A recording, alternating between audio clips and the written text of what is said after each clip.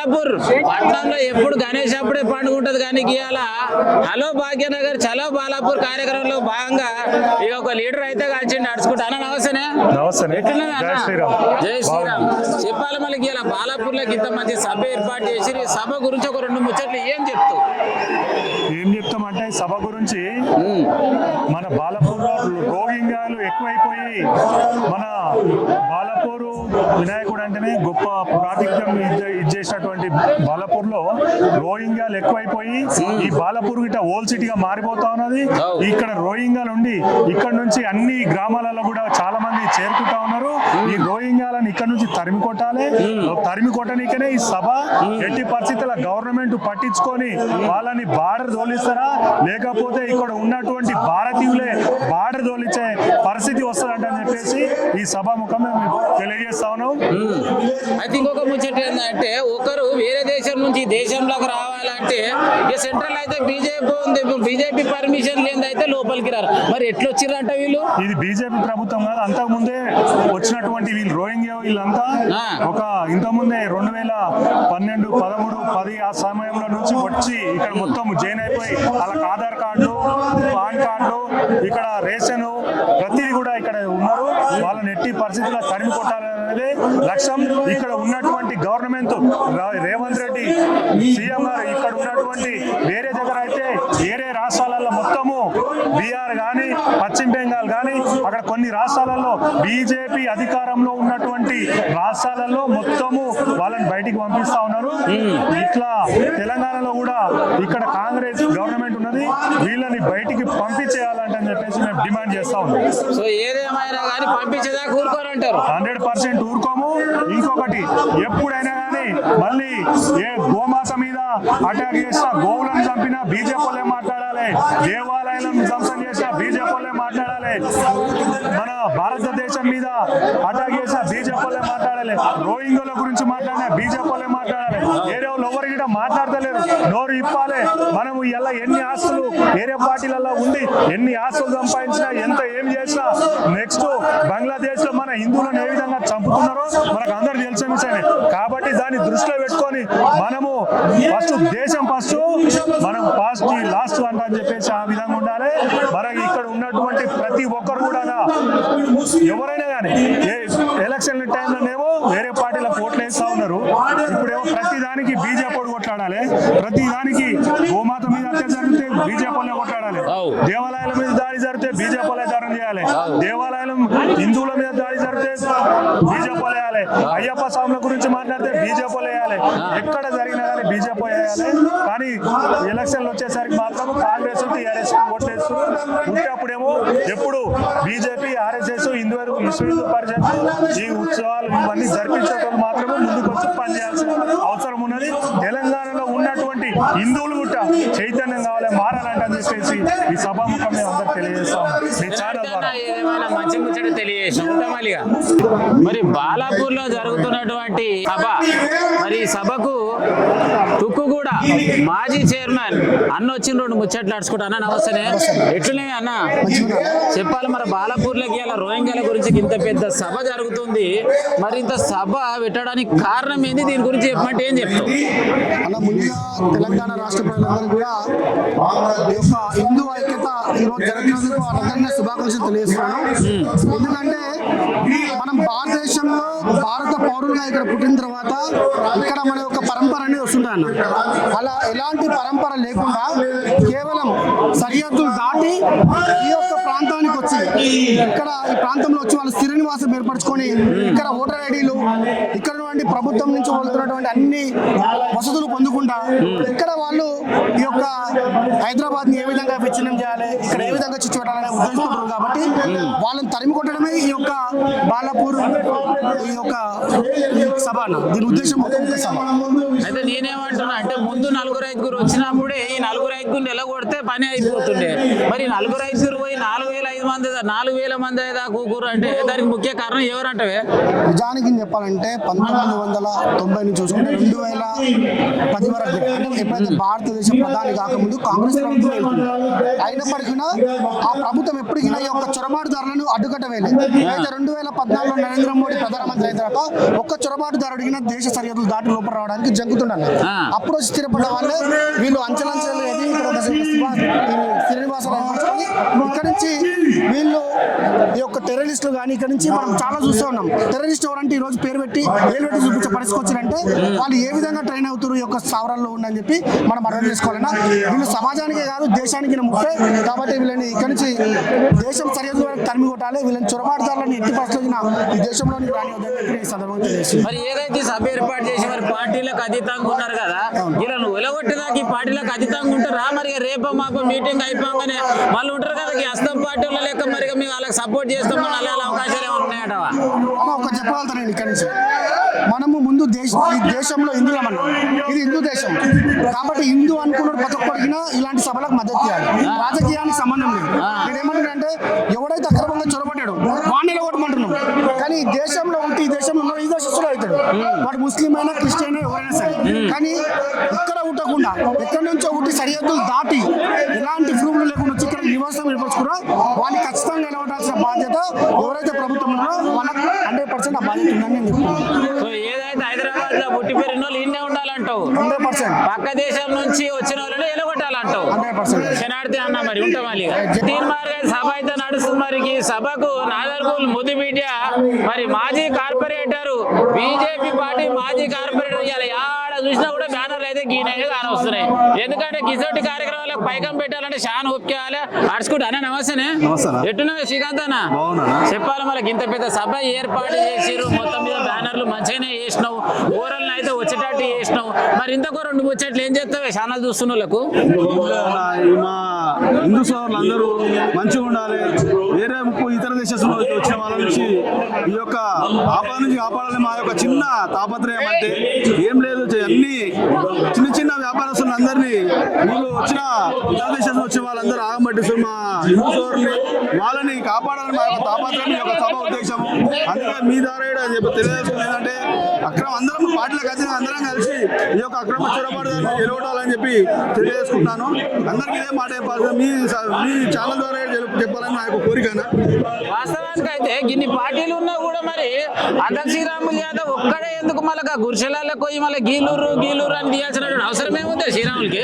BJP అంటే మా హిందుత్వం గురించి కొట్లాడే పార్టీ కానా, అందుకని శ్రీరాములు యాదవ్ కూడా ముందర చేసిండు. తర్వాత శ్రీరాములు యాదవ్ ఎక్కడ పేరు వస్తుందని చెప్పి అందరు కలిసి వచ్చిర్రు. ఆయన అడుగుతాడు పోయి చాలా సంతోషం. ఇప్పటికైనా బాలాపూర్ నుంచి ఇవన్నీ తీసుకున్నది మాకు చాలా మంచి అనిపిస్తుంది. అన్ని పార్టీలు ఒక తాటిపైకి వచ్చి ఈ యొక్క దాన్ని ఎదుర్కొనేందుకు సిద్ధమైనందుకు వారికి ప్రత్యేక ధన్యవాదాలు తెలియజేస్తున్నాను. ఏదేమైనా కూడా సమస్యను బయటికి తీసుకురావడమే గొప్ప లక్ష్యం. మళ్ళా కూడా ఈ సమస్యను ఏదేమైనా అందరు కలిసికట్టుగా పూర్తి చేద్దామని చెప్పేసి ఆల్ పార్టీలు దగ్గరకు వచ్చినందుకు నిమిత్తమే అని చెప్పేసి మన శ్రీకాంత్ అన్న చెప్పిండు. జాగో భాగ్యనగర్ చలా బాలాపూర్ కార్యక్రమంలో భాగంగా అన్న కలిసిండి. అన్నని ఎప్పుడు మరిగా ఫేస్బుక్ లో, యూట్యూబ్ లో, ఇన్స్టాగ్రామ్ లో యాడ చూసినా కనిపిస్తాడు. ఎట్లా కనిపిస్తాడు అంటే మన రోడ్ల మీద ఉన్న అనాథాలకు అభాగ్యాలకు తీసుకొచ్చి గుండు కొట్టి కటింగ్ చేసి మంచిగా తానం చేసి అలా జీవితాలను మారుస్తాడు. మాతృదేవో భవ అనాథాశ్రమం చైర్మన్ ఫౌండర్ గట్టిగిరన్ అయితే కలిసిన అన్న. నమస్తేనే, ఎట్లున్నావే అన్న? చెప్పాలి మళ్ళీ ఇలా బాలాపూర్ వచ్చినావు, మరి మీటింగ్ వచ్చినావు, అసలు ఎట్లా అనిపిస్తుంది, ఏమనిపిస్తుంది ఈ మీటింగ్ గురించి 2 ముచ్చట్లు ఏం చెప్తావే? మెయిన్ ముఖ్యంగా మనం హిందూగా పుట్టినందుకు తప్పకుండా మనం ఈ యొక్క మీటింగ్ కి అటెండ్ కావాలి. సో అందులో భాగంగా నేను ఒక హిందువుని, హిందూగానే పుట్టినా హిందూగానే చచ్చిపోతా. సో అందులో భాగంగా ఈ రోజు ఎవరు విలువకున్నా కూడా రావాల్సినటువంటి సందర్భం ఇది. ఎందుకంటే రోహింగ్యాలు చాలా మంది హైదరాబాద్ లో భాగ్యనగరంలో ఉండి వాళ్ళందరినీ తరిమి కొట్టడానికి చేస్తున్నటువంటి మన ఏదైతే బాలాపూర్ గణేష్ ఉత్సవ కమిటీ వాళ్ళు చేసినటువంటి ప్రయత్నం మాత్రం చాలా మంచి నిర్ణయం తీసుకున్నారు. చాలా చాలా సంతోషంగా ఉంది. నన్ను ఎవరు కూడా విలువలేదు, అయినా కూడా ఒక హిందువుగా నేను పుట్టాను కాబట్టి ఖచ్చితంగా రావాలి, నా గొంతుని వినిపించాలని దీని యొక్క మీటింగ్కి రావడం జరిగిందన్న. ఇన్నారులా మనం ఈ హిందువై పుట్టినందుకు ఎవరు విలువాల్సిన అవసరం లేదు, పత్రిక ఇచ్చిదేం పెళ్ళేం కాదు, మొత్తం మీద వచ్చిన ధన్యవాదాలు అన్న. థ్యాంక్ యూ అన్న, thank you so much. Right, మనతో పాటు డిఎంఆర్ఏలో కొలువు చేసి మరి ఎప్పుడు ఏ కార్యమైనా కూడా ముందుండి హిందువులని ఏకతాటి మీద తీసుకొచ్చే పెదమాషి అయితే ఇలా మన బాలపూర్లో అడిచింది నడుచుకుంటారు 2 ముచ్చట్లు. పెదమాషి నమస్తే. నమస్తే. ఎట్లున్నవే? బాగున్నానే. చెప్పాలి మళ్ళీ ఇలా బాలాపూర్లో పెద్ద మీటింగే పెట్టిర్రు, ఈ మీటింగ్ ఇంతకు ఎందుకు పెట్టిర్రు, ఎవరు వచ్చారని పెట్టిర్రు, ఇంతకీ ఈ మీటింగ్ గురించి చెప్పమంటే ఏం చెప్తావు? చెప్పాలంటే ఇప్పుడు ఈ దేశంలో వితౌట్ పర్మిషన్ చాలా జనాలు ఉంటుండ్రు ఇక్కడ. ఆ ఉన్నందుకు వాళ్ళకు తరిమి కొట్టాలని ఆ లెక్క ప్రకారం ఒక హిందూ మహాసభని ఈడ ఆయోజనం చేసిండ్రు. దానివల్ల మనము ఏకతాటికి రావాలి, ఒక హిందూయిజం కలపాలి అని ఆ లెక్క ప్రకారం ఇక్కడ పెట్టినందుకు నేను ఈ విశ్వ హిందూ పరిషత్ కానీ ఇప్పుడు గణేష్ సేన కానీ ఇంకోటి మా బాలాపూర్ ఊరు వాళ్ళు ఉన్న వాళ్ళకు నేను చాలా చాలా థ్యాంక్స్ అంటాను. ఇంకొకటి ఒక ఇంత జనాలు మేము ఎప్పుడు ఊహించలేదు, ఇంత కనీసం వేలాల మంది మన పర్సనల్ పైసలు పెట్టుకొని మన పర్సనల్ పైసలతోటి జెండాలు పెట్టుకొని ఆ లెక్క ప్రకారం ఇంత ఇంట్రెస్ట్ పెట్టిన తర్వాత ఇప్పుడు జాగ్రత్త అనేది మన హిందూయిజంలో వచ్చేసింది. ఇప్పుడు దాని నుంచి నేను ప్రతి ఒక్కరికి చెప్తాను, ఇంకా మనం ఎక్కువ సంఖ్యలో దగ్గర వచ్చేసి మనం యునైట్గా ఉండి మన గుళ్ళకు రక్షణ లేదు. ఇప్పుడు మొన్ననే ఓల్డ్ సిటీలో ప్రాబ్లం అయింది, ఒక గుడికి ధ్వంసం చేశారు. అయితే ఇంకా ముందు ఇట్లా ప్రాబ్లం కాకుండా మనము యునైట్గా ఉండి మనము ప్రతి గుడి కానీ ప్రతి హిందూ కానీ రక్షణగా చూసుకోవాలి బాధ్యత మన హిందూ సేన, మన గణేష్ సేన, మన విశ్వ హిందూ పరిషత్ ఉంటుంది అని మీరు నాకు ఇచ్చిన సమయం గురించి థ్యాంక్స్. అంటే ఇంకొక ముచ్చట ఏం పడుతుంటే బాలాపూర్ అనగా దునియా మొత్తం ఫేమస్. అవును. సార్ గణేశుడు వచ్చిందంటే ప్రతి అధికారి వస్తాడు, ప్రతి పోలీస్ ఆయన వస్తారు, అందరు వస్తారు. అవును. కానీ ఈ బాలాపూర్ కి ముడ్డి కానుకోనే మళ్ళీ చెరువుని రోజుకింత నింపుకుంటా ఒక్క గురిసె పోయ్యాల 1000 గురిసెలైనాయి. మరి గిట్లు వేసుకోవడానికి ఇంత జరుగుతున్నా కూడా మరి ఎవ్వరు స్పందించకపోవడం దీనికి కారణం ఎవరంటావు? ఇప్పుడు ఇది రాజకీయాల పార్టీలు మనకు ఓట్ల గురించి వాళ్ళకు సపోర్ట్ చేస్తున్నారు కానీ అది చాలా తప్పు.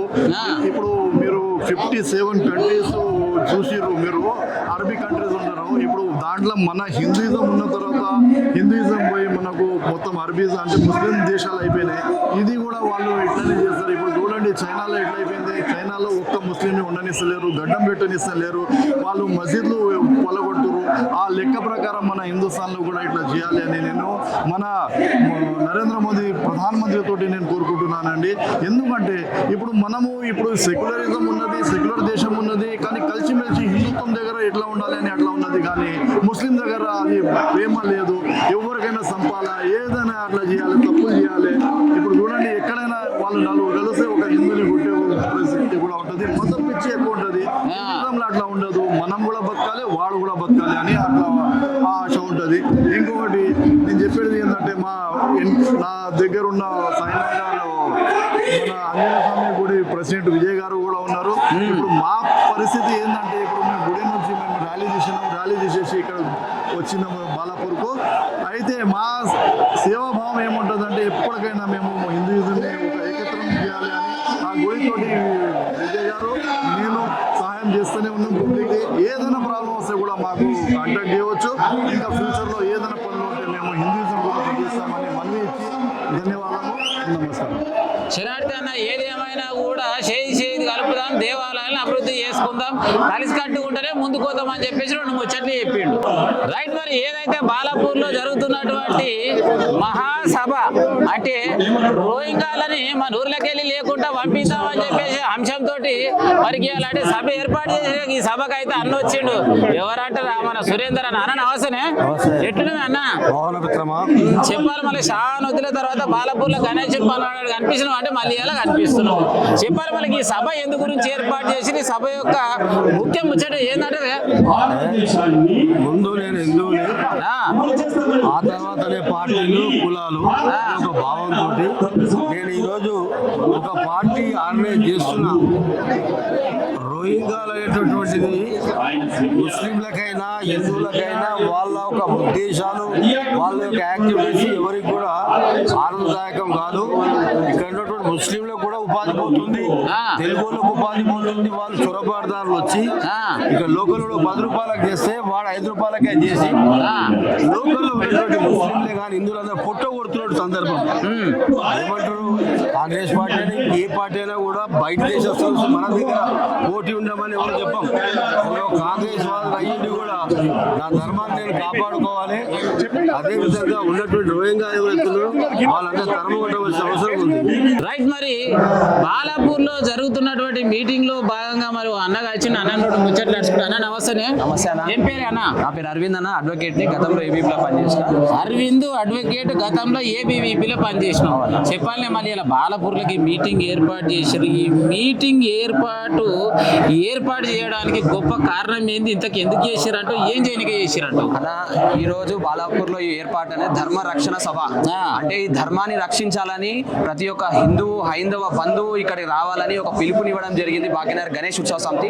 దీనికి ముఖ్య కారణం ఏంటంటే అన్న, ఈ దేశంలో ఇప్పుడు మనం చూస్తాం, ఏదైనా దేశానికి వెళ్ళాలంటే ఆ దేశంలో వీసా కావాలి, మన దేశంలో పాస్పోర్ట్ తీసుకొని పోవాలి. కాకపోతే ఏమైతే మన దేశంలో మనము ఆ చట్టాల ప్రకారం లోపడేస్తారు, జైలు వేస్తారు.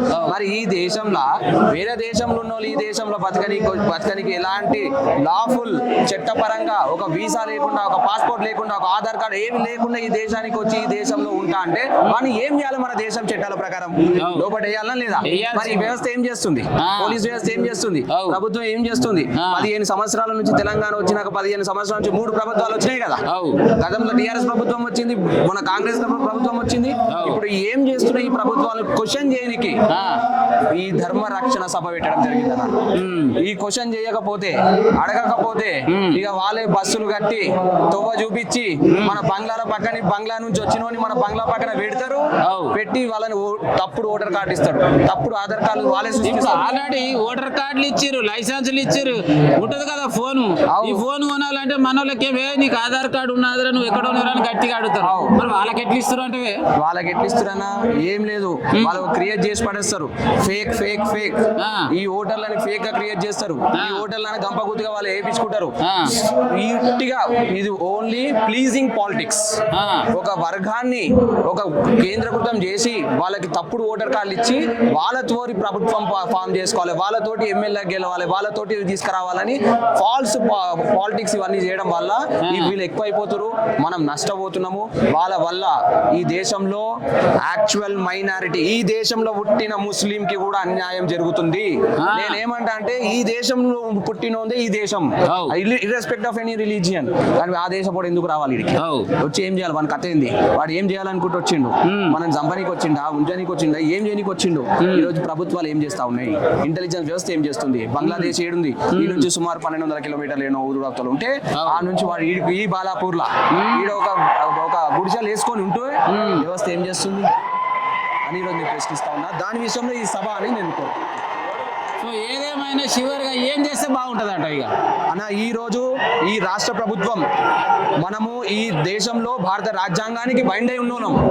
ఈ రాష్ట్ర ప్రభుత్వం రాజ్యాంగం ప్రకారం, చట్టాల ప్రకారం ఈ దేశంలో ఎవరైతే పరదేశం నుంచి వచ్చి ఎలాంటి పత్రాలు లేకుండా నివసిస్తుండో వాళ్ళని పట్టుకోవాలి, వాళ్ళ దేశానికి పంపించేసాలి, లేకపోతే ఈ దేశానికే ప్రమాదం అని తెలియజేస్తాం. రైట్. చూసిరు కదా, ఏదేమైనా కూడా మన పర్మిషన్ లేకుండా మన దేశంలోకి వచ్చిన ముందుగా ఎవడెవడు ఏడాడున్న వాళ్ళందరినీ పట్టుకొని అయితే అలా దేశానికి పంపించిన దాకా ఊరుకోవద్దని చెప్పేసి అన్న అయితే 2 ముచ్చట్లు చెప్పిండు.